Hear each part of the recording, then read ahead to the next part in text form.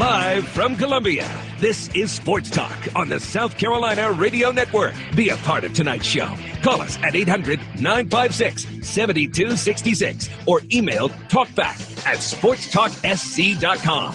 Now, here are your hosts for Sports Talk, Phil Kornbluth, Kevin McCrary, and Tom Hayes. So he's one of those guys that not only can he hurt you early in the count if you make a mistake, but he's hit a lot of home runs and extra base hits with two strikes. You win the East and you finish ahead of some of those teams in our division, you have to feel good about what you've accomplished. So through the regular season, I'm awfully proud.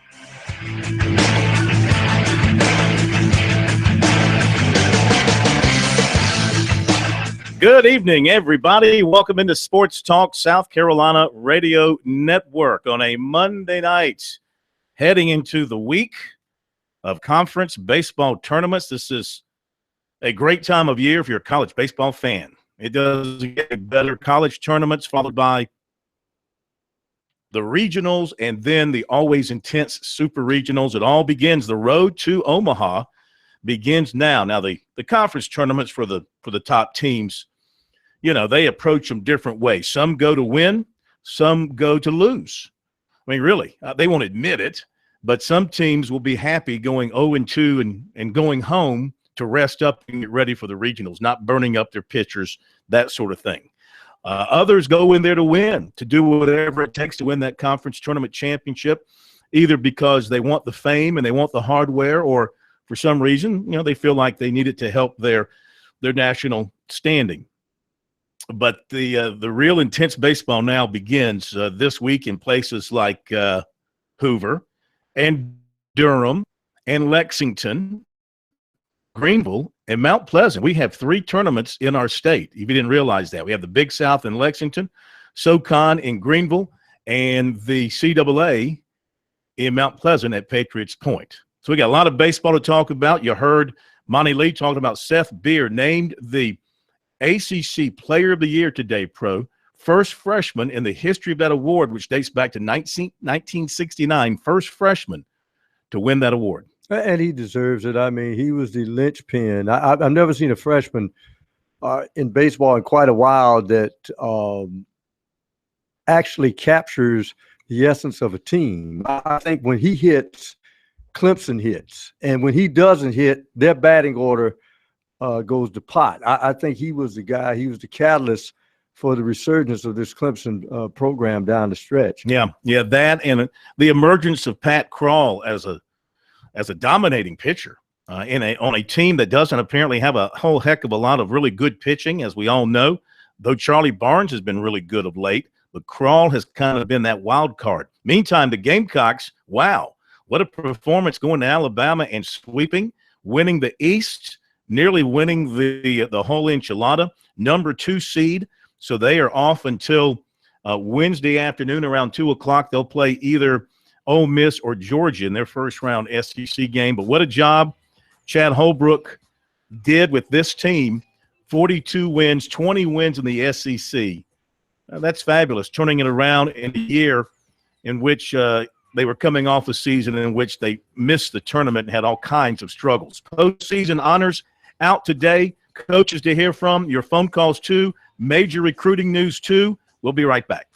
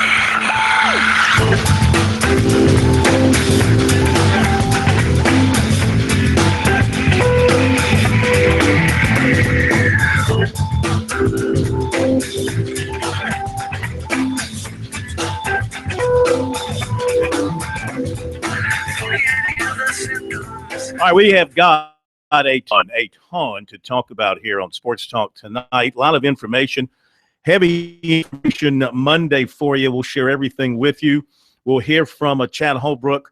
Monty Lee will talk about Seth Beer. We may have Beer with us in the second hour. They're in Durham trying to work it out to get him on with us as well. Monty Lee tomorrow night live on the program from Durham. I hate to bring this up, but it really just burns me. We're not allowed to have Chad Holbrook on Sports Talk this week because of a silly policy they have at USC geared towards. So we will hopefully have Jerry Myers on with us tomorrow night from Hoover to talk about the Gamecock pitching situation, which is a bit up in the air because Chad Holbrook today said he was not sure that he will start the Clark Schmidt on Wednesday, though Clark said he's feeling good. Arm feels good, feels like he'll be ready to go. The reason is they don't want to move him off of his normal routine. They moved him once to a Thursday start, and apparently, if I remember correctly, it didn't go well. At least in Holbrook's mind, it didn't go well. He didn't feel all that comfortable. And now they don't want to move him up again another day earlier. So I bet you when they sit down and talk about it and get his feelings, Schmidt will go to the mound on Wednesday afternoon. Put a calendar in his room and circle Friday like today is Friday. Yeah. It just don't let him know how many days have passed since they got to Hoover. Put him in a room, close the curtains, turn off the lights. You've been in a coma for 3 days. Well, when you go to a casino in Vegas, they do that to you. There are no clocks. Right. They want you in, and they got oxygen pumping into the room to keep you awake. They want you. They don't want you to know how many hours. Hand with a glass with a liquid in it that makes you kind of exactly loosen you up. All right, 800-956-7266 is the number. 800-956-7266. Email talkback at sportstalksc.com. On Twitter at sportstalksc. Let me jump into the news stuff, and then we'll talk about some other things, some major news events of the day. First of all, David Scarra is transferring to Clemson. 6'8" forward from Valparaiso, transferring to Clemson. He'll have to sit out this coming year. He'll have 2 years of eligibility after playing 2 years at Valpo. This was announced by his former prep school in Indiana, Don Bosco Prep. And he is 6'8", about 215, 220 pounds. Not great numbers in his 2 years at Valpo. 5 points a game as a freshman, 6 points a game as a sophomore, though he played very well in the NIT semifinal win over BYU. In fact, I think he hit the three-pointer that put them ahead. He apparently wanted to go to Vanderbilt. Valpo blocked him from going to Vandy. He looked at Clemson, Georgia Tech, and Richmond, and now he's going to go to Clemson.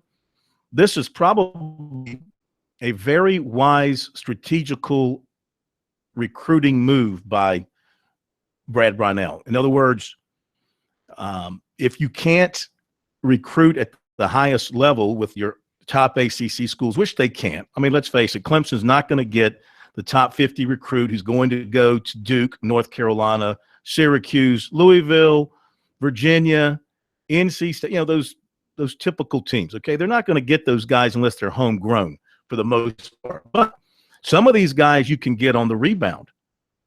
And this is going to pay off for Brownell. If these guys come in and are excited about being there, this will be the 5th transfer on the roster. Yes. Going into this season. Now, he won't play this year, but that'll be 5 of the 13 on roster if they have a full 13 roster, if Blossom Game comes back. 5 of the 13 will have started their Division I careers somewhere else, and the 6th is a JUCO transfer. Well, here's the question, and you look at what Clemson is doing and what other teams have done. What sort of teams ambush big teams in the NCAA tournament? They're not the most talented team, but guess what? they got more experience than your more talented team. And those are the kinds that sneak up on you, especially in the first round of the tournament. Brad Burnell is getting experienced players. They played elsewhere. They don't care what floor they're on. Just show me where the rims are, and I'm ready to go. Well, that's a good way to do it. Come December, when everybody's eligible, when Thomas becomes eligible, of course, Holmes played this year, and you've got Shelton Mitchell ready to play, and the other transfer guard who came in from Robert Morris. Mr. Blossom game to. Yeah, boy, if he would have come back, that would be campus. Marquise Reed. And they say Marquise Reed in practice this year was the man. I mean, he really was very, very good. So future looks bright. Future looks very bright for Clemson basketball, especially this coming year if Blossom game comes back. All right, so that's good news. Also, Dick Bender officially named today as an assistant coach for the Tigers. He had been their director of men's basketball operations, and he spent 2 seasons at College of Charleston. He replaces Richie Riley, who left to become the head coach at Nicholls State. That had already been reported, but now it's official. So we got that. Seth Beer, ACC Player of the Year, announced today in the league. First freshman to win that award since it was established in 1969. What a year he's having. 378 batting average, 15 homers, 60 RBIs in 54 games, a 694 slugging percentage, on-base percentage of 528, 26-game hitting streak at one point. Just has had a fabulous year, considering the guy should be a high school senior. Mm-hmm. Fabulous year. First Tiger to win the award since Brad Miller in 2011. Before that, Khalil Green won it in 2002. Before him, Chris Benson in 96. Before him, Shane Monahan in 95. Of course, Beer is also the ACC Freshman of the Year. On the All-ACC team from the Tigers, 3 earned first or second team honors announced today. Beer and Chris Oakey named to the first team, and Pat Krall was named to the second team for the Tigers. Now the All-SEC awards today. Player of the Year, Boomer White, Texas A&M. Pitcher of the Year, Logan Shore, Florida. Freshman of the Year, Jake Mangum, Mississippi State. Coach of the Year, John Cohen, Mississippi State. Scholar athlete, Derek Lance of Tennessee. On the first team, All-SEC from USC, outfielder Gene Cone, the only Gamecock on the first team. On the second team, starting pitcher Clark Schmidt, only Gamecock on the second team. Now, here's encouraging for USC. They had 4 players on the all-freshman team. Chris Cullen, the catcher, first baseman L.T. Tolbert, starting pitcher Braden Webb, and starting pitcher Adam Hill. Mm-hmm. Bodes well for your future. On the all-defensive team, this is amazing. This is amazing. USC has none. One of the best defensive teams in the league, and none made the all-defensive team. That's a travesty. How do you figure that? How can you have the second, or I think they have the second best defense in terms of fielding percentage? How can you not have a player on the all-defensive team? All right, a few more things. Big South honors today, and they are all going to Coastal Carolina. And what a year they're having. And don't sleep on Coastal Carolina when it comes to regional play, especially if they're hosting. Player of the Year, Connor Owings. What a great player. What a great career he's had. Senior outfielder. Pitcher of the Year, Andrew Beckwith from over at Blythewood. Connor Owings out of Gilbert. Andrew Beckwith out of Blythewood. The Coach of the Year, Gary Gilmore from Coastal Carolina. So they dominate. On the first team, all-conference team, you have Owings. You have Zach Remillard, infielder from Coastal. You have G.K. Young, DH from Coastal.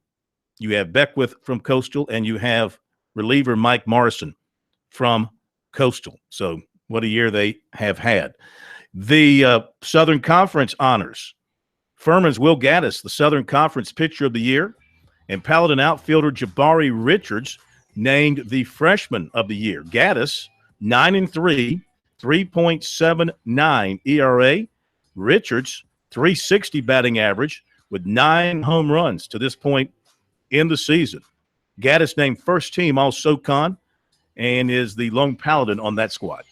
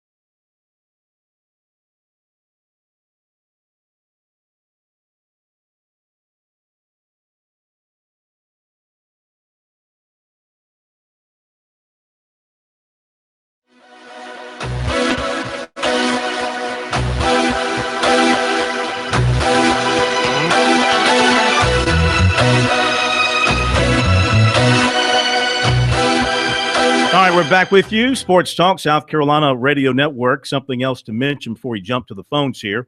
Play is underway in the fourth round of the women's NCAA Golf Championships out in Oregon. The top 8 advance to the match play portion tomorrow. Right now, through, they play holes 1 and 2, so they're playing holes 3 through 6 right now. USC is in 7th place, 1 under on the round, +7 for the tournament. They are 1 shot ahead of the 2 teams in 8th, Virginia and Oregon. You know, it really doesn't matter what's happening ahead of you. Now they have just moved up to a tie for 6, USC has, at 1 under par, 7-0 for the tournament. I guess it does matter if teams drop behind you, but really you got to be concerned of who is behind you trying to catch you as long as you are above the cut line. So right now USC tied for 6 with Oklahoma State at 7 over. Now, Oklahoma State is on fire, 5 under par as they play holes 7 through 10. Duke is the leader, 3 under today, 5 under for the tournament. They're on holes 6 through 8. We'll keep date on this as we move on through the show. All right, 800-956-7266. Let's go to the phones. Oh, okay. Carson has her first opportunity to welcome to Sports Talk the de facto mayor of the city of Charleston, the bad boy by the bay, the ninja of the night, the Pontiff of the Port City, the queen of the Cowboy Crybabies, and the only person, as far as we know, in the state of South Carolina vetted by Donald Trump as a VP candidate. It's not Jim Rome. He's busy. It's J. Rome. He's not going to be president. Are you on the ticket? I don't care what you say. Are you on the ticket? You will give it a certain balance. If you're on the ticket, I think you'll bring a certain balance. Yeah, I know what kind of he'd be on one end, I'd be on the other, and that'd be balanced. Okay, yeah, right. On a seesaw, yeah. Yeah. Hey, did Dirty D get suspended yet? Dirty Draymond? Excuse me. No.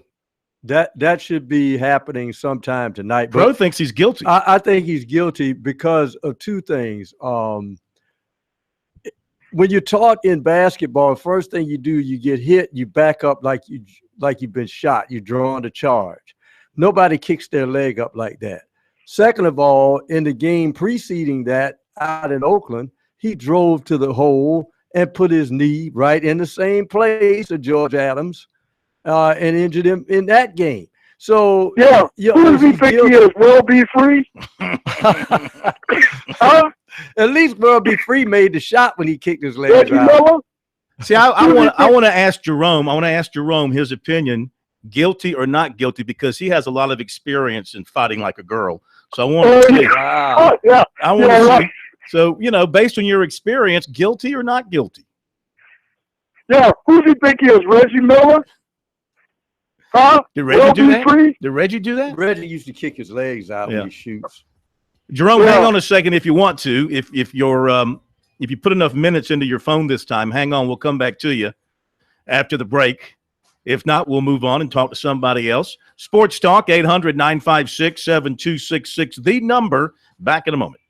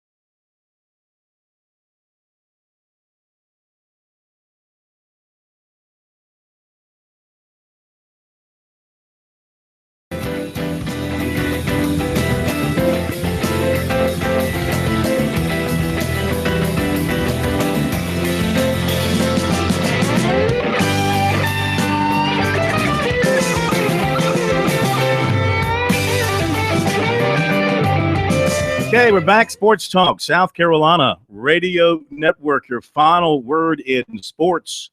Every night here in South Carolina, your most informed, your most intelligent, your most entertaining word in sports on any given night here in South Carolina. We thank you for joining us across the state. Looking forward to all the baseball stuff that'll be taking place here this week. We're going to be talking to a lot of folks getting ready for their respective tournaments. And let's start at the very top. We might as well go right to the top here on Sports Talk. To the top of the ACC, the player of the year in the ACC as a freshman. Incredible season. Seth Beer joining us from Durham. And first of all, congratulations. What was your reaction when you got the news that you're the guy? It was we were sitting on the bus. I was actually taking a nap, and Coach woke everybody up, and he honored all the guys that were All-Americans in the ACC this year. And he told me I was ACC Freshman of the Year, and I was obviously very excited about that. And kind of turned away like he was done talking, and then he turned back around. And he goes, "Oh, I got one more thing." He goes, "For the first time in ACC history, a freshman on our team has won ACC Player of the Year, and his name's Seth Beer." And I was just overwhelmed with all kinds of emotions. It's been a huge process to get to this point, and obviously it's honestly it's a big team thing for us because all the guys on this team have put me in a situation where I could win this award, and obviously it's just an honor. There's a bunch of great players on this team, and obviously in the ACC, so to win an award like that is pretty amazing. That's fantastic. What was the reaction on the bus? People were standing up, cheering, yelling, screaming, the whole hurrah thing. It was pretty cool, and to be able to celebrate that with all the guys on the bus is pretty cool. Absolutely. Could you have imagined this when you thought about going to college early and getting your college career started, to have a year of 378 and 60 RBIs, 15 home runs, and you're not finished yet by any means? Could you have imagined this kind of success so early? Obviously, in the sport of baseball, you can't predict anything. You can't, season by season, you can't predict things. So obviously you got to set expectations high, going into a season. You got to, think about, hey, this is what I want to do. You can kind of set some bars, but, honestly, I couldn't have dreamed of something like this. And that's probably one of the coolest experiences from this is, that I get to, I can't even really imagine still, it's kind of still starstruck on it, but, I would say, obviously I wanted to come in and obviously compete with this team and help our team get, to postseason, all that kind of stuff. But to have this kind of award come through is awesome, and it's just kind of a blessing, and I'm pretty excited to have that honor to hold that. One thing that Coach Lee says about you as a hitter, not so much your power and your ability to hit all fields and things of that nature, it's just your discipline at the plate, your ability to work a count deep, look for your pitch, avoid the strikeout, things of that nature. Where did that discipline come from? I would say a guy who pitched in the big leagues for a while, Paul Bird. He's actually a broadcaster now for the Braves. His son and I played summer ball together ever since we were 13 years old. So, and I remember, and he was still pitching in the league when I first joined the team. So he would throw live bullpens to us. And he would throw all kinds of pitches to us over and over and over from all different slots. And we would look and just watch him throw pins. We would just sit in there and watch him throw pins. And he'd throw pitches. He said, "Now that's a strike." He'd throw another pitch and he'd go, "Well, that's a ball." And, and just kind of learning what the strike zone was. And I feel like, that really kind of just indented into my brain on, on where the strike zone was kind of mentally in my brain of, what pitches I could handle and what pitches I couldn't. Talking with Seth Beer, Clemson outfielder, ACC Player of the Year. Having Chris Oakey behind you and also having him as a mentor, what has that meant to the year you've had? Yeah, a lot. It means so much. He's a great teammate. He's a great leader. Obviously I've leaned on him on countless, times for just advice or, just talking baseball and just, on situations that he's lived through and gone through over the course of his career. And, just almost like a big brother relationship. He's a great guy and he's a very personable guy. So, I would say, he was very supportive. When I first got here, I remember he came up to me and shook my hand, and he goes, "Hey man, just go out there and play the game that we've played, our whole lives, and just enjoy it and have fun. Don't try to put too much pressure on yourself. This game of baseball is unforgivable, and you just got to go out there and have fun, and good things will happen." And I remember I really took that to heart because when I first got on campus, I was struggling during our inter squads in early spring, and after he said that, it kind of just gave me some relief and to just go out there and compete and have fun. And throughout this whole situation, and obviously him batting, behind me, and I just never would have thought, that I would be batting in front of him, and because he's just such a great player, such a great hitter, and so it's just been a dream come true. And I really think that I really got to thank him for everything he's done for me so far. It's interesting. You said Okie was batting behind you, but we've seen situations this year that we've sat here on Sports Talk while your game was going on and saying, what in the world are they doing pitching to him? Because he may hurt them. And most of the times you did come up with some key hits in late innings. Mentally, are you prepared for now? You're the player of the year, that some pitchers maybe in this tournament coming up or later on are just not going to pitch to you. They're going to put you on. They're not going to deal with you. Are you mentally prepared for that? I would have to say I think I'm as prepared as I can be.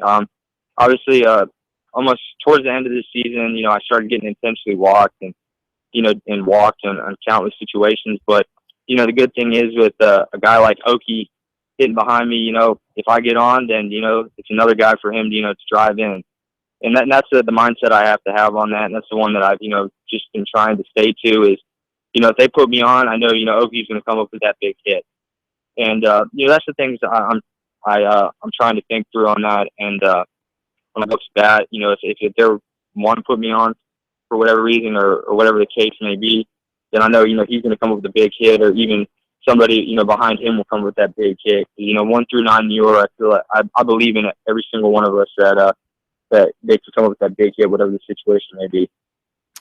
How do you feel about the pool that you guys are in? Virginia, Louisville, and then either Duke or Wake Forest, but in particular the first two, Virginia and Louisville, Thursday, Friday.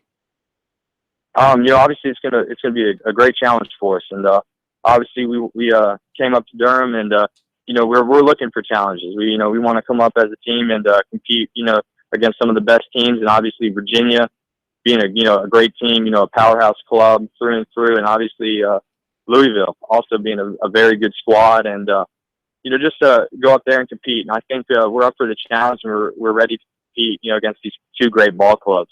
And I'm excited about it, and I know every single one of my teammates and our coaching staff is really excited to compete against them also. So I think it would be a great experience, and obviously, just have fun, go out there and play some ball. We wish you the best of luck, and again, congratulations on a phenomenal season so far, a great honor, and keep it going here in the tournament and moving forward. Thank you, sir. Thank you for having me. We got you. Thank you very much. Seth Beer. And notice we stayed away from the puns this time. They've all been used now. Yeah. Tired of using the same old pop a beer, have a beer, beer on ice. However many other new one. If we could have come up with something new, we might have used it. But we tried to come up with something new. Well, we really couldn't. Beer puts tap a beer, making sure he puts the head of the bat on the ball, that sort of thing. Huh? The head of a beer. Oh, I got you. Yes. I got you. Okay. All right. Anyway, thank you to Seth Beer. And Tigers don't play till Thursday, but they have 3 straight 11 o'clock games. Kind of weird. I don't know what the thinking was there. No other team is playing in the same time slot all three games, I don't believe. That may gain them some rhythm. Well, they'll get some rhythm out of it. Mm-hmm. But look at the teams, Virginia, Louisville, and either Duke or Wake Forest. Louisville is dangerous. Oh. They are. Well, so is Virginia. Virginia's gotten hot here of late, but so has Clemson. All right, thanks to Seth Beer. Back in a moment.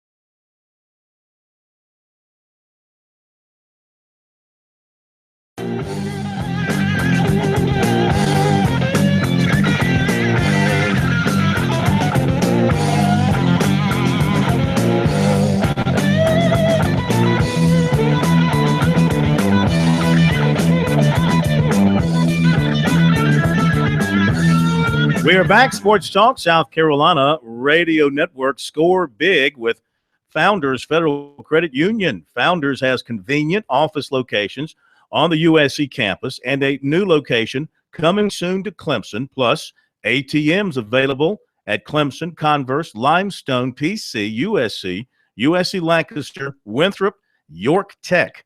Visit foundersfcu.com for a full listing to find an ATM or office near you. Not a member? Visit relaxjoinfounders.com to see if you qualify for membership. Founders Federal Credit Union is federally insured by NCUA. 800-956-7266, the number. Back to your calls in a moment. The poll question of the week at sportstalksc.com is a follow-up on our question of last week, which was, how many points will Clemson average this coming season? The question now is, how many points per game will USC average this football season? 40 points or more? What do you think? No. 35 to 40 points? No. 30 to 35 points? No. 20 to 30 points? 20 to 30. Under 20? No. Mm-hmm. So far, let's see how many votes we have. Good number of votes. So far, 51.5% say 20 to 30 points per game. 26% say under 20 points. Come on. 10%, 10.5%, 30 to 35 points. 6% say 40 or more points for the Gamecocks. Well, the key point is any good coach will tell you that if your team gives you 21 points and maybe a few, about 24, your defense should be able to win the football game. Mm-hmm. Unlike Clemson, who sets the tone for their defense by taking a lead, South Carolina early on are going to want to keep their defense off the field and use the running game. It's going to be shortening the game. Even Steve Spurrier, when South Carolina was winning, started to use that strategy. I got a pretty good defense. Let's not turn it over, and we're going to run clock. That's what we're going to do. And I just think Muschamp, being the defensive coach that he is, even though he has what he thinks is a great offensive coordinator, he's not going to be taking any chances early until he's very comfortable that whoever's at quarterback has the entire playbook in their brain. And I think that's going to be key early on, especially these first 8 games of the season. All right, to the phones we go once again. And Tiger Bryan in Lancaster up with us next. Hello, Tiger Bryan. Hey, guys. How y'all tonight? Good. How you doing, sir? Man, doing good. You was talking about I enjoyed that interview with Seth Beard. And congratulations to him for being a Tiger, man. You tried draft beer with him? Draft beer. I was going to suggest to you that instead of having a beer tonight, you have a Seth. Nah, well, I'm having a beer too. But hey, how about giving my girls a shout out for Buford Yellow Jackets now? Hey, Did 2A champion. Did they end up winning? We won Friday night, 2-1 in South Florence. Thank you for telling me that too, because it was up in the air. It was between there and Chesterfield. Yeah. I want you to remember her name now. I don't know where she committed to yet, but her name's Cindy Sullivan. The pitcher is down at Buford. She's a junior. She shut them down in the 6th inning. The bases loaded, 1 out. She struck 2 out in a row. That's good stuff. That's good. Congratulations. Money, but in fact, let me congratulate all the teams that won championships, including McBee. Oh, God. We had it. But you never know in baseball what's going to happen out there on the bump. We had it set up perfectly, had our main guy going to the mound, and he just didn't have it. Some nights you just don't have it. And congratulations. I was actually going to pay Rick Henry catch up, what I owe him. But he was not at the press conference today. So I think there should be a penalty for not working on Monday and not showing up, and thus you may have had to work on the weekend. You forego your opportunity to have your bill paid. Thank you, TB. We appreciate the phone call. As far as beer is concerned, and you're a Clemson fan, you don't want to hear the term beer and draft for another 2 years. That's true. Boy, imagine what this kid's going to be like. Now, you have to always think about the sophomore slump. Even the great ones when they have that great freshman year, even the great ones have a hard time matching it because expectations are so high. How is he going to come back next year and top what he's done this year? He obviously is going to be on every All-American team. And, I mean, to hit 378 with 15 or more home runs, 60 or more RBIs, play a very good outfield, how's he going to get any better than that? They're going to watch every piece of film and try to decipher what is the pitch he least likes to see, and they'll try to build their pattern from there. And he'll be working on his swing to deal with that. No, true. He'll be playing with the USA team this summer, too. Recruiting coming up.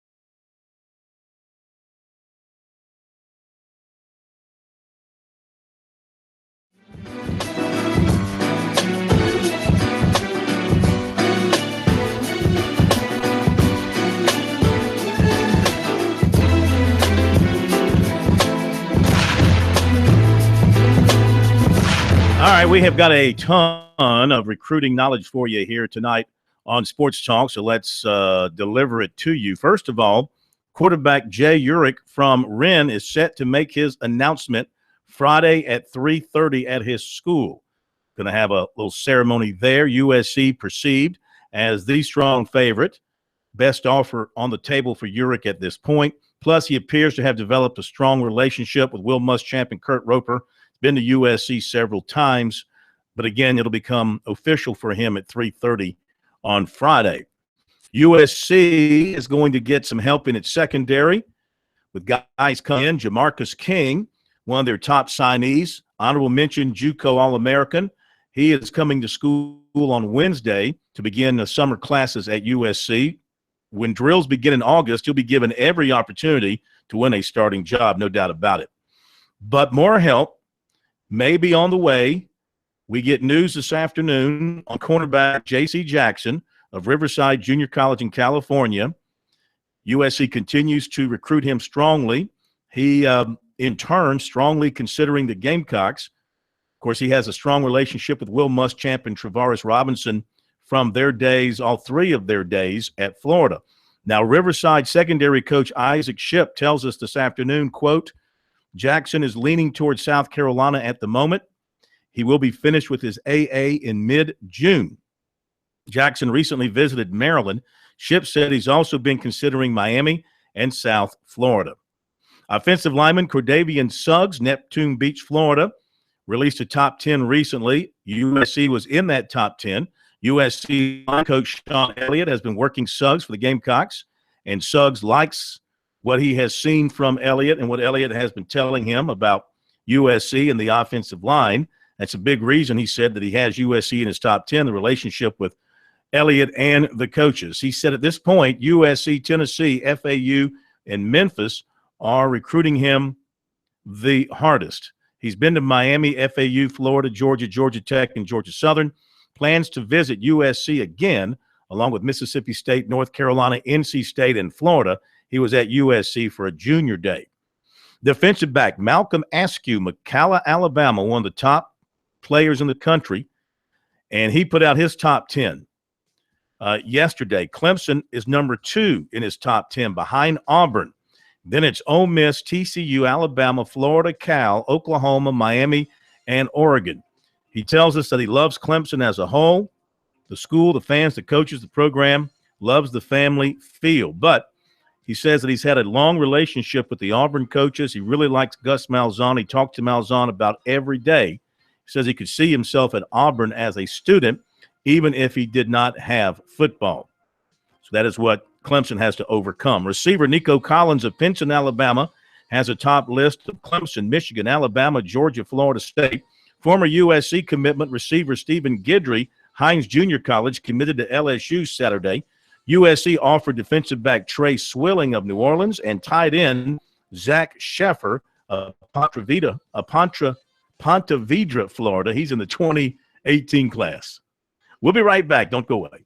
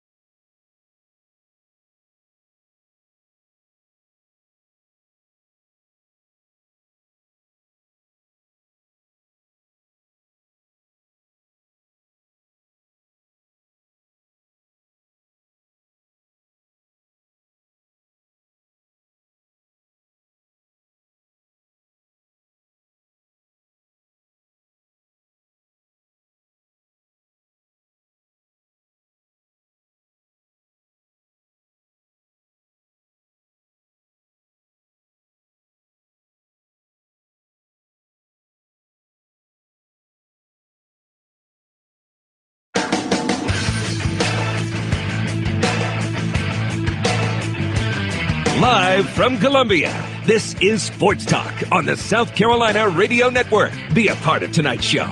Call us at 800-956-7266 or email talkback@sportstalksc.com. Now, here are your hosts for Sports Talk, Phil Kornbluth, Kevin McCrary, and Tom Hayes.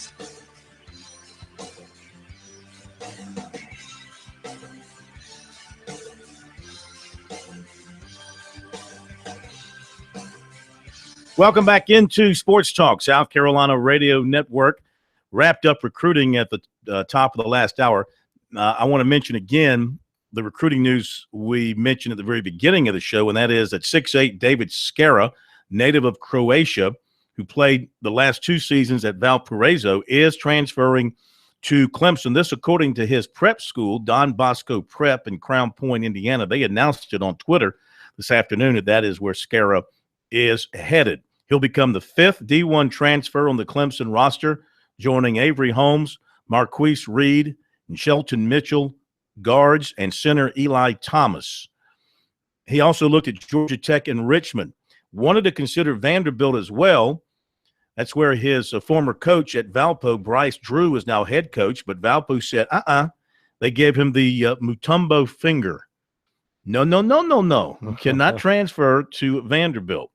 He averaged 6 points, 3 rebounds per game last season, sit out the coming season, have 2 seasons of eligibility with the Tigers. I'm surprised at Valpo because as much as that Drew family has done for that program, the dad being the coach and one of the sons being an assistant who's now at Baylor, and then Homer Drew bringing that not Homer Drew, but Bryce Drew bringing him that glory with that upset of Mississippi with his last second 3-pointer in the tournament about, 7 years ago? Well, more than that, about 10 years ago. And then they say, no? Come on, Valpo, you're better than that. Business. About business. And it's going to affect my business. You're going to walk out on your contract with us to go to Vandy, and now you want to take – and the thing is, is this guy a good player? He's probably a good player. Is he a great player? Maybe he can be developed at Clemson. Again, he averaged 4 points as a freshman and 5 points as a sophomore. Has some skills. He's 6'8". He can shoot the outside shot from what I've seen. But he's not a program maker or breaker. That's why Valpo is like, unless they're just trying to send a message and trying to stop, from their program, try to stop the bleeding and let future recruits know, hey, you're making a commitment to us. You're going to honor that commitment 3 or 4 years. Especially if the guy comes from Europe or Asia or where from ever. But, the interesting thing is, even though he may not be a game changer, he may help a game changer. What does everybody look for now? The new term, the stretch 4. The big guy that pulls the guy out from underneath the basket to open driving lanes for your guards and your small forward. He may be one of those guys. I want to talk more about the other piece of recruiting news, which to me is of major interest and major importance. So that is J.C. Jackson and the growing likelihood, from what we're gathering, that he ends up at USC. We'll talk about that coming up here on Sports Talk.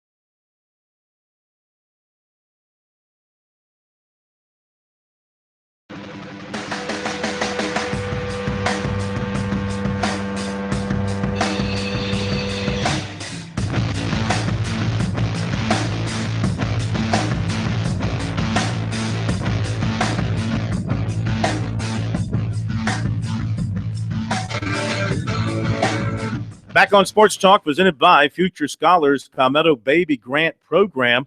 It's coming up May 29th. All right, you ladies out there holding back, May 29th is 529 Day.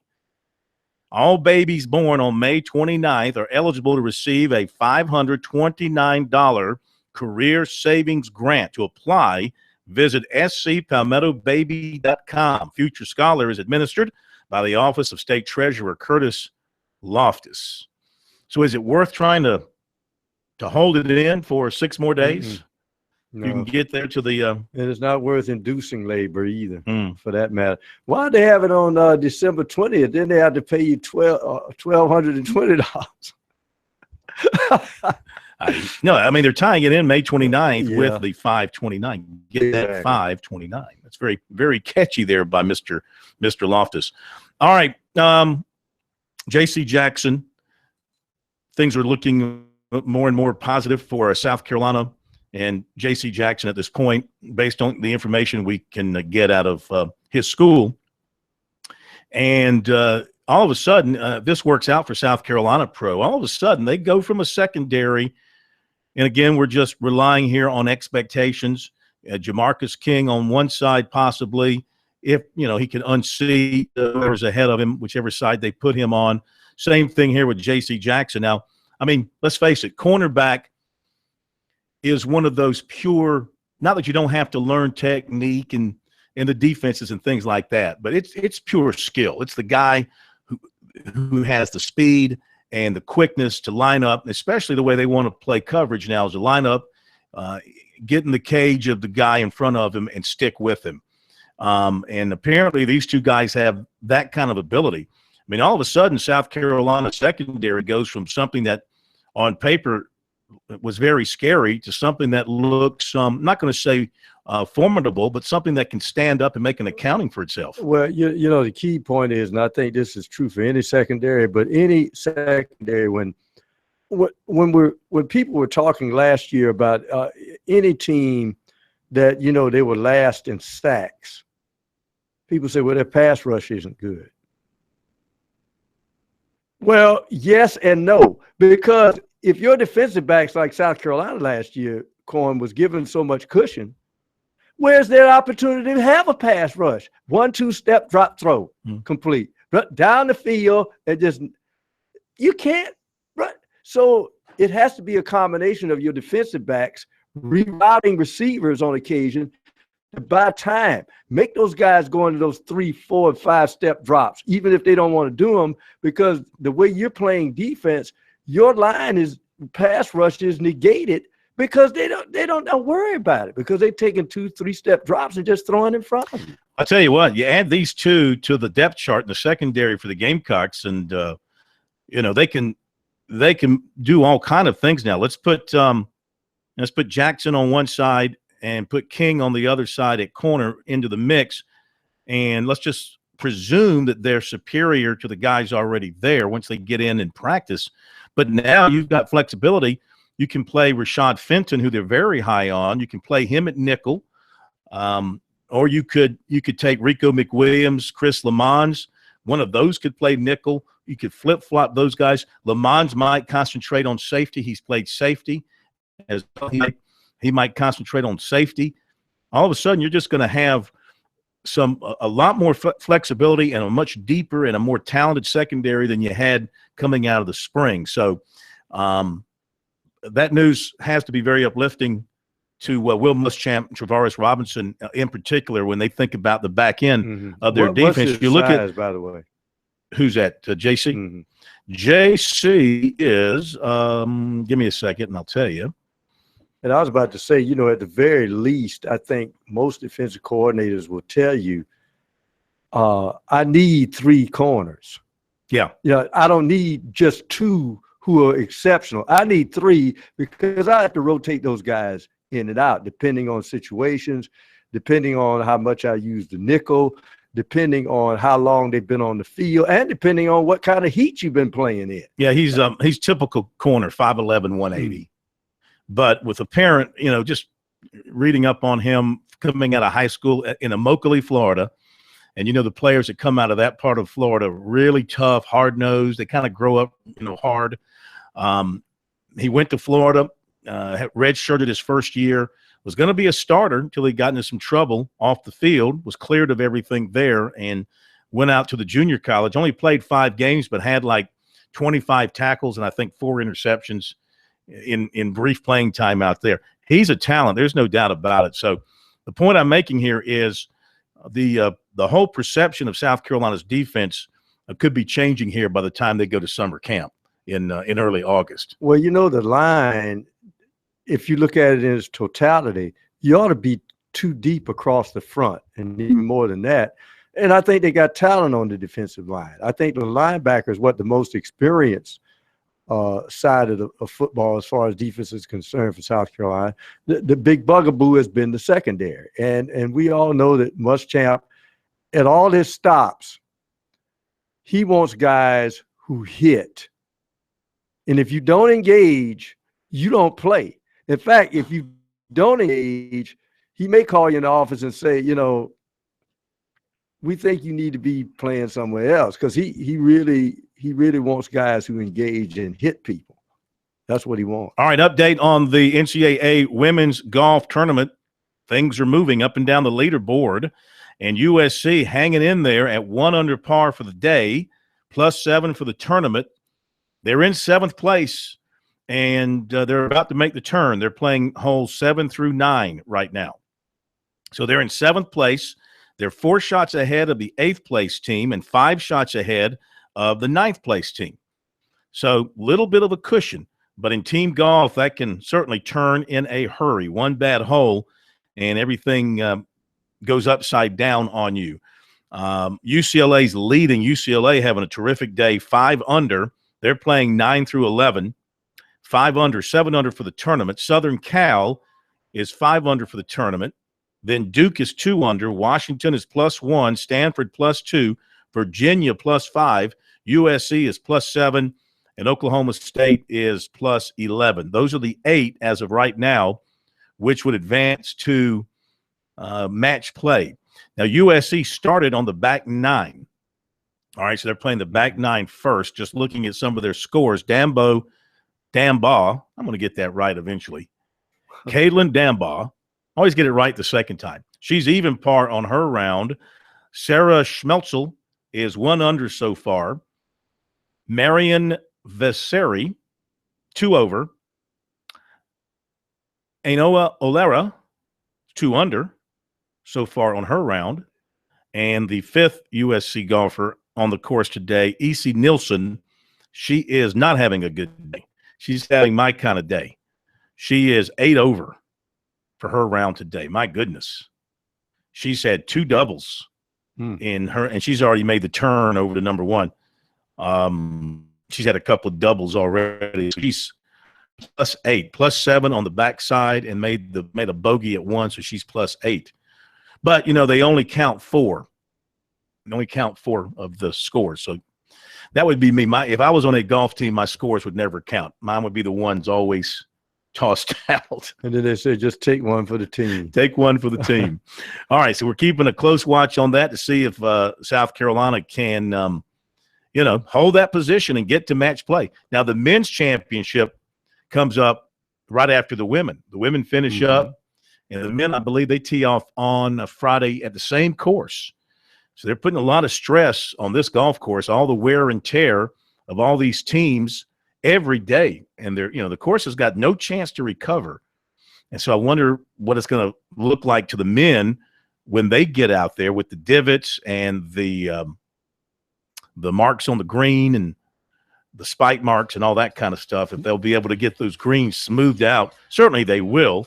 But they got a lot of work ahead of them to get this thing back in shape for the men. And they'll bring the guys that kind of contour the Masters just before they play, and they bring them out there. You think so? All right, we'll be right back here on Sports Talk.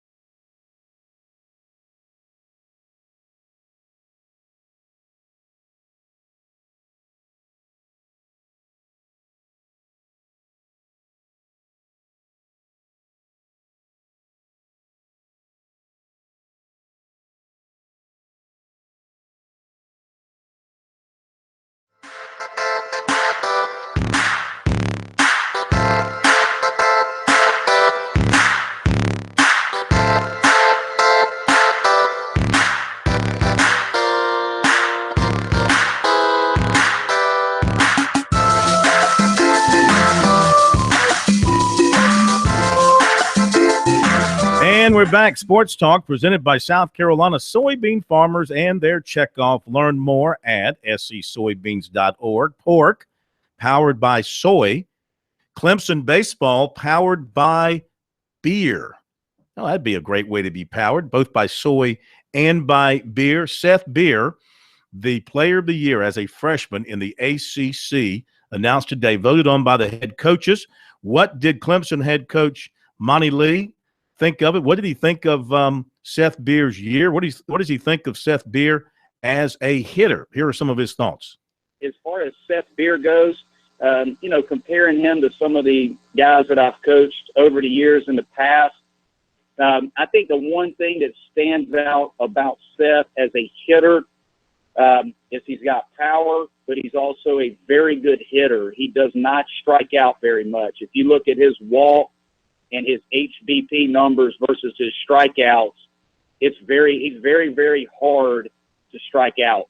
So he's one of those guys that not only can he hurt you early in the count if you make a mistake, but he's hit a lot of home runs and extra base hits with 2 strikes.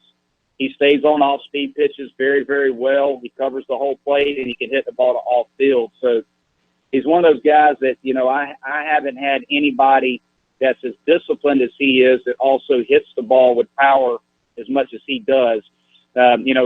Taking all the way back to, say, like a Justin Smoke, who had an unreal freshman year back in, I think it was 2006. Those guys were very, very similar as hitters. I would say Seth may be a little more disciplined in terms of, he's harder to strike out. But he was a well of a, Justin Smoke was a well of a player too. He's an unreal hitter. This kid is as good as anybody I've ever coached. And the fact that, he really should be a senior in high school, I think says an awful lot about him and the adjustment that he's been able to make from high school baseball to ACC level pitching. He's unreal, and he's playing for Team USA this summer, and for a reason. It's because I think he's one of the best hitters in the country. All right, Monty Lee, his thoughts on his slugger, Seth Beer. What a year he's had so far, and again, there's more to do. In fact, the Tigers are starting to feel like, with the way they're finishing up, they're not out of the conversation for hosting a regional, not a national seed or anything, but hosting a regional. Right now, Clemson, RPI number 10. And they have 38 wins, 39? 38 and 18, 16 and 14 in the league. If they could win, I don't know, games. 1 or 2 in Durham. They've won 5 in a row, 8 of their last 10, 15 and 14 against the RPI top 50. And they're sitting there with a 10 RPI. Hard to ignore that. Plus, of course, I'm sure they made a very strong financial commitment. South Carolina with an RPI of 5. 5-game winning streak, 6-4 in its last 10, 42 and 13, 20 and 9. Question is that going to be good enough to get a top 8 seed? Do they need another win or 2 in Hoover? We'll hear from Holbrook coming up.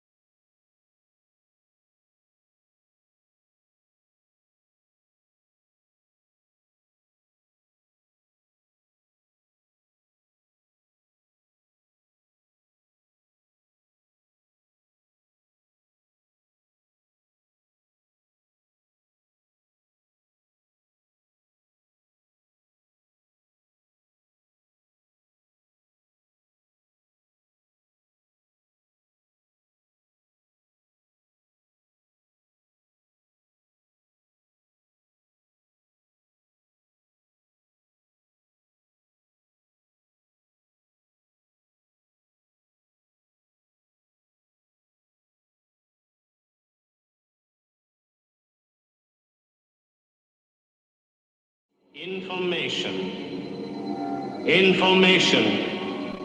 Information.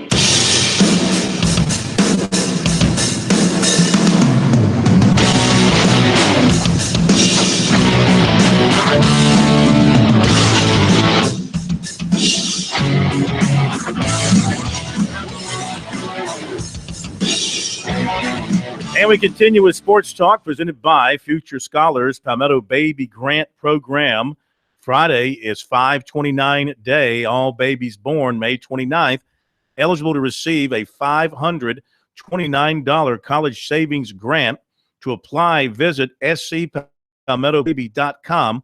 Future Scholar is administered by the Office of State Treasurer Curtis Loftus. Actually, it's Sunday. It's the 29th. So you got till Sunday's a great day to have a baby. So, go to church, have a baby, get a $529 grant. Works perfectly. Real quick, Pro, you got 30 seconds to opine about this NBA decision. I think it's bad. We're not going back to the bad boys days of the Detroit Pistons. Well, tell people what they decided. Draymond Green will not be suspended, even though he kicked a 30-yard field goal in the nether. He was wide right of Adams. He was wide right. And see, the reason I say that is, again, I'll repeat that he did it again on a layup in the game previous to that. That's what they were doing.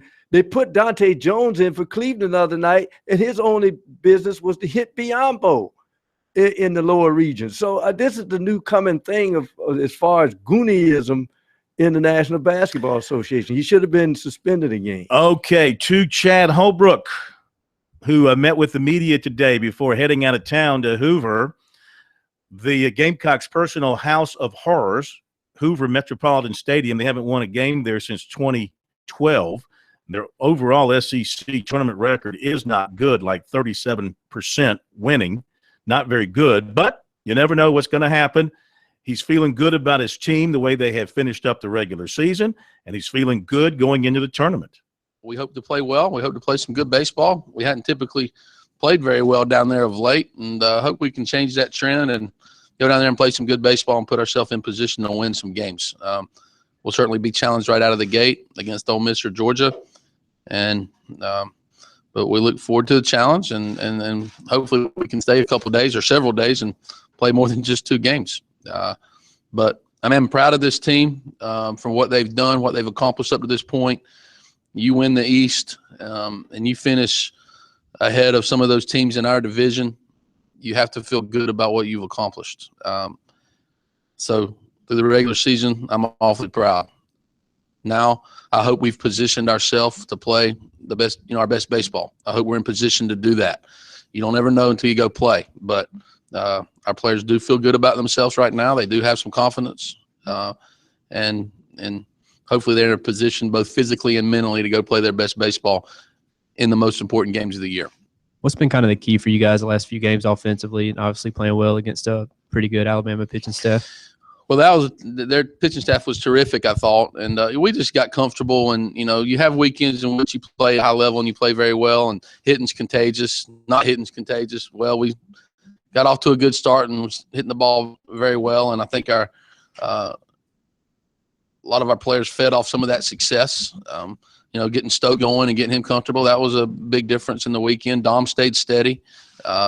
We just had consistent approaches. We didn't chase pitches out of the strike zone for the most part. We had our best at bats, runners in scoring position, which was a change from the previous couple weekends.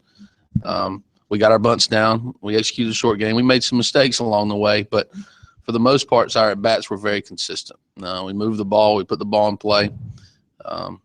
We did a good job of situational hitting. We had when we had RBI opportunities, we capitalized on them. We moved runners up, got some big 2-out hits. You throw all that in there, and you had a good weekend offensively. And I'm a big believer that hitting is contagious, and I think a couple guys got going, and I gave our other guys confidence. Chad Holbrook from his press conference, continuing about getting ready for the SEC tournament, knowing the Gamecocks' poor history there. Why does he feel confident that this team can go to Hoover and do some good things? I just believe in the team. I'm just optimistic because we've been playing well, and feel good about going down there and playing. I felt good about 2010. I felt good about 2011. So I don't know if I'm sitting up here any different than what I've felt in the past. We're going to take a good team down there, but we're going to play good teams. And sometimes, you can't always win, especially with the competition that you'll face down there. But I felt good about this group, since September, and that's not going to change just because we're getting on the bus and going to Hoover. We're going to go down there and try to play our best baseball and try to win some games and put ourselves in position to win the thing. And if you don't have that outlook and that attitude about it, then I don't think you have a chance. With that being said, we can keep it in perspective as well because, if you go down there and win the whole tournament, that doesn't guarantee success the next week. Or if you go down there and don't play well, that doesn't guarantee that you're not going to be successful the next week. So look at it like we're going to play a big-time postseason tournament, and let's play our best baseball and try to win it. That's kind of the attitude of our bunch, and hopefully some of the results will show on the field for having that type of attitude. Coach, do you feel you guys have to pick up some wins in Hoover to earn a national seed, or has this team done enough, you feel, to secure a top 8 seed? That's not for me to decide. I mean, I know that's a lot of conversation fodder, but all I know is this, that we're SEC East champions, and we have an RPI top, and we finished ahead in the league of some really, really good teams. And so there's no reason to think that we're not a national seed. There's no reason to think that we're not. So, it's kind of funny reading all those people's opinions on that. And the good thing, a lot of those people aren't in the committee room, So all I know is we've done all we can do. We've won the SEC. We've won East. We're in the conversation as being one of the top 8 teams in the country. And we should be judged on what we've accomplished. And for that reason, I'm biased, but you're damn right. I think we're a top 8 national seed. Well, I'm going to sit up here and say we don't deserve it. You kidding me? No, we've done a lot, and we put ourselves in a good spot. And that being said, that's not why you play. You play because you want to play your best baseball at the right time of the year. And you can't worry or consume yourself with things you can't control. And we can't control where other people put us or what other people tell us to go play. We're just going to go play. And I can tell you, I'm just sitting up here thankful that we're going to be in the NCAA tournament, because about 365 days ago, I know what the other side of that thing feels like. And I'm glad this group has put us in a great position to go compete in postseason play. Chad Holbrook, who I'm sure got some strong consideration for Coach of the Year before they named John Cohen from Mississippi State as the Coach of the Year, and justifiably so. He turned that program around and won a championship. Before heading out to the bus, Holbrook was asked, last year they didn't make the tournament, the regional. They lost their only game in Hoover, then they didn't make the NCAA tournament. Now he's turned it around this year, maybe a top 8 national seed. He was asked, are you a better coach this season? I think, the great thing about baseball and in coaching is you learn every day. You learn things that go right, and you kind of keep that in your back pocket, and things that don't work and things that go, wish it would have gone a different way. I think you have to evaluate that too. And we made some changes. I didn't change the way I coached the game per se. I didn't change our philosophy. But I changed a little bit about, off-season workouts, and, tried to hold the players at a much more higher level from an accountability standpoint. And but I'm the same guy. I don't know. I mean, honestly, I don't mean this bad, because I've said this before. I think it's this turnaround is about the players, and I'm not that much better of a coach as I sit up here right now than I was a year ago. I don't think I am, but I have made adjustments and I've made some changes, and I don't know if that's giving coaching too much credit to say that's the reason why we've had a turnaround. Those players played their tails off and worked their tails off. That's the reason why we've had a turnaround.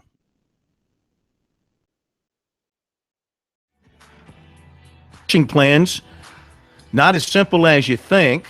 You would think that they would go with the regular rotation. Maybe not quite so fast with that. We'll let you hear what he has to say about his pitching plans, what he's thinking about pitching-wise coming up.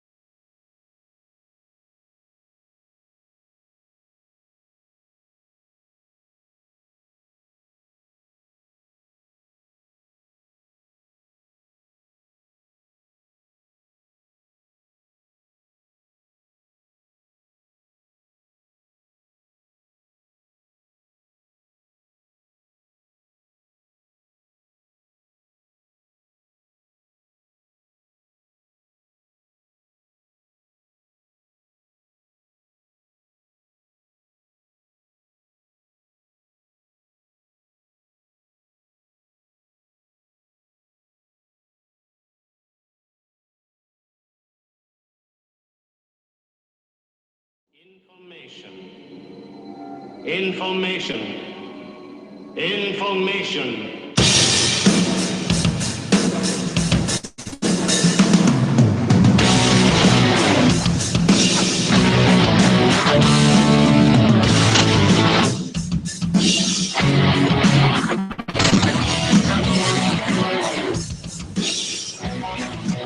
Okay, we're back. Sports Talk, South Carolina Radio Network, here from downtown Columbia. A little bit more with Chad Holbrook coming your way in just a second. I want to remind you, we're brought to you by the Future Scholars Palmetto Baby Grant Program. May 29th is 529 day, all day. All babies born May 29th eligible to receive a $529 college savings grant. To apply, visit scpalmettobaby.com. Future Scholar, administered by the Office of State Treasurer Curtis Loftus. Quick update on the USC women in the NCAA tournament, still holding in 7th place. They are 1 over for the day, 9 over for the tournament. Their lead over the 8th place team, which is now Oregon, is down to 3 shots. Oregon is +6 on the day, has dropped 2 spots, has dropped behind South Carolina. And the number 9 team, Oklahoma State, is at +13. That's where you got to watch number 9. Who's at number 9? And they're 4 shots back of USC. Virginia is 6, 3 shots ahead of USC. The Gamecocks are playing holes 9 through 11. So they've made the turn, start on the backside. Now they're playing the front side. So top 8 teams advance to match play right now. USC right there at number 7. All right, one final comment from Chad Holbrook talking about his baseball team and the SEC tournament, which for them begins Wednesday afternoon around 2 o'clock Eastern time. They'll play either Georgia, a team that beat them 2 out of 3 in Athens, or Ole Miss, a team they swept early in the year in Oxford. What are the pitching plans? You know, I'm not sitting up here trying to pull a fast one on anybody. But I don't know who we're throwing. And here's why. I would love to throw Clark, but that'll be the second time in a row in which we moved him up. We played A&M on a Friday night, and we had to move him up a day Thursday against Alabama. And he didn't throw great. He didn't throw like Clark Schmidt. And now all of a sudden we're asking, we're going to move him up again. And I don't know. I will know tomorrow. I'll say that, after we work out and see how he feels. If he feels fine, he wants the ball, and he thinks he's 100%, we'll give it to him. But if there's any in between and I see any doubt or I don't feel good about it, then I won't give it to him. And then, then we'll flip a coin. So that's just where we are. The last thing I'm going to do is rush him into a start and then all of a sudden him not be ready next week. No, I ain't doing it. I'm not doing it. I'm going to give him the ball when he's ready. And if he's ready Wednesday, I'll give it to him. If there's any doubt that I don't think he is ready, I won't. And that's just where we are. And I don't have enough information as I sit here right now to make that decision. I got to let another 24 hours pass. Talking with Clark Schmidt after Holbrook had finished up and asking him the question directly, he said, I'm ready to go. If they want me to pitch, I'll be ready to pitch. I'll be fine mentally, physically, feel good, whatever the case may be. And if that's the case, if he has a nice bullpen tomorrow, and South Carolina has more to play for than just the SEC championship. I mean, they're playing for a top 8 seed. Holbrook knows how the numbers are skewed. And they will skew you with the numbers. Yeah. He knows how the numbers are skewed in favor of home teams in the postseason. Mm-hmm. It's ridiculous. The teams that host super regionals, how often they make it to Omaha. So getting that top 8 seed is very important. South Carolina with a number 5 RPI as we speak. You would think that they're in good shape, but of course they'll be playing teams which are below them in the RPI, and thus whether it's Georgia or Ole Miss. What is Ole Miss? Ole Miss isn't far behind them. Ole Miss is they're right there. They're number 6. So USC's 5, Ole Miss is 6. If Ole Miss happens to be that team, I would think Ole Miss would get past Georgia. Now, the advantage, of course, that South Carolina will have is that whoever they play on Wednesday will have used up some pitching. That's correct. And in Georgia's case, you know, they're sort of like they've got to throw all caution to the wind here as far as the NCAA tournament is concerned. They got to get over 500. Yeah, I mean, Georgia is sitting there at 27 and 29. See, they got 34 RPI. So they got to win games. So they're to get to 500. They're going to use whoever they have. All hands on deck for Georgia tomorrow in that game. I would think Ole Miss could be a little more cautious because they know that they're in the big tournament, and you know, with a number 6 RPI, they might be thinking that they're one of the teams that's going to get a top 8 seed. But then again, they might think they've got to win a game or two. Who knows?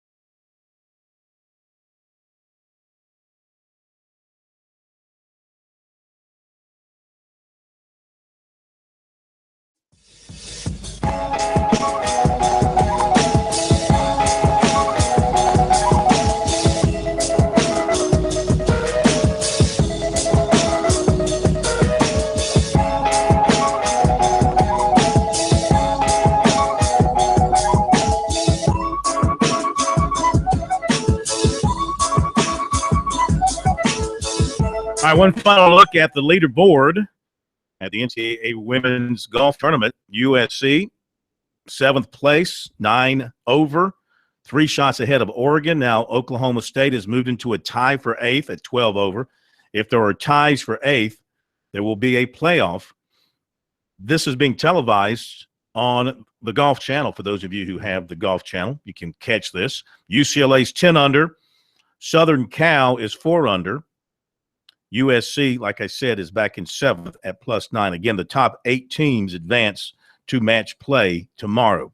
All right, let's check out the baseball tournament schedules, beginning with the tournaments in our state beginning tomorrow over in Lexington. They're excited as they can be in Lexington to have the Big South Championships tomorrow morning at 9:30. High Point against Liberty. Jim Toman and company not having the year they thought at Liberty, number 7 seed. 9:30 in the morning, and then it's Longwood against Winthrop. Those are the 2 play-in games tomorrow over there at Lexington. The Southern Conference Tournament up in Greenville begins tomorrow with a couple of just one play-in game. VMI and Citadel. Citadel, the 8th seed, VMI, the 9th seed. They're not playing for the what is it they play for in football? The shaker. They play for something. Citadel and VMI. the something shaker. Look it up there, Pro. Shaker. Come Shaker, not a cup, but something they play for. Anyway, this is baseball. They don't do that. 10 o'clock in the morning tomorrow for that play-in game. And that is the only game of the day at the Southern Conference Tournament in Greenville. The CAA tournament down in Mount Pleasant, and that begins on Wednesday at noon. James Madison Northeastern, followed by Elon and Charleston at 3:30. Now, those are the two play-in games in that tournament. The winners advance to the main draw there. Then you get to the ACC tournament, which begins tomorrow with two games, Wake Forest and Duke. That's at 11 a.m., followed by Georgia Tech and Boston College at 3 o'clock. And then the SEC tournament tomorrow, a full day of baseball for play-in action in Hoover. But what about some of the teams playing? Vanderbilt plays Missouri at 9:30, 10:30 Eastern. Ole Miss plays Georgia following that. After that, around 5:30 Eastern, Kentucky and Alabama, then LSU and Tennessee wrap it up. One thing Chad Holbrook also said today is he believes there'll be some tinkering with the format for the SEC baseball tournament. I don't believe he believes a 12-team format is the way to go now. And he said the coaches really don't like it. Apparently, it's not liked at all across the board by those who make the decision. So look for some changes in the SEC baseball tournament format. All right. Silver Shako Award. Silver Shako. I knew it was Shako something. Thank you, Pro. Thank you, Carson. Have a great night, everybody. See you tomorrow.